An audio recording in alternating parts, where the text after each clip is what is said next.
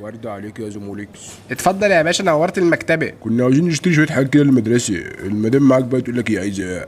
ازيك يا امين؟ لا يا مدام، انا اسمي عباسط. مش دي مكتبه؟ يبقى انت امين المكتبه. معلش يا عبدو، اصل احنا ناس كوندكتور شويه. ولا يهمك، اتفضلي يا مدام اجيب لك ايه. عندك كراريس 28 ورقه؟ موجود يا مدام، كل اللي انت عايزاه. طب حلو، هات لي بقى دست الكشاكيل 100 ورقه.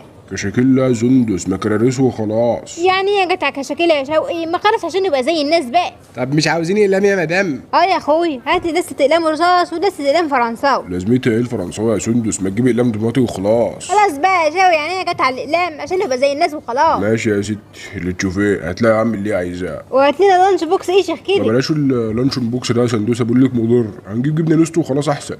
لانشون ايه ده؟ لانش بوكس يا محدود الافق. ايوه يعني يطلع ايه البونش لوكس ده يا سندوسه؟ مش فاهم. ده زي ما تقول كده يا باشا علبه لحفظ السندوتشات. واحنا عايزين العيل يحفظ دروسه، مش عايزين يحفظ السندوتشات. لا يا شوقي، ده عشان السندوتشات تبقى جوسي وكريسب، وانا عاوز 3 كمان، واحد للسندوتشات واحد للفاكهه واحد للحلويات. احنا مودين تلميذ يتعلم ولا مودين فود بلوجر؟ الله يمسيكي بالخير ياما. كانت لما بتحب تروق عليها بتحط لي السندوتشات في كيسه شفافه بدل الكيسه السمراء. خلاص بقى يا شوقي، يعني هي جت على اللانش بوكس عشان نبقى زي الناس. يا ستي ماشي، هتلاقي يا عم 3 بالبتاع اللي هي عايزاه ده اهو. 3 ايه؟ خلوهم دست، افرض ضاع ولا اتكسر، مش لازم يبقى فيه ستيفن. ضاع ولا اتكسر؟ الله يمسيكي بالخير ياما، لو كنت ضيعت الكيسه الشفافه كانت بتعمل مني شوربه كوارع. خلاص بقى يا شاشو عشان نبقى زي الناس. طب تمام كده ولا لسه حاجه تانية؟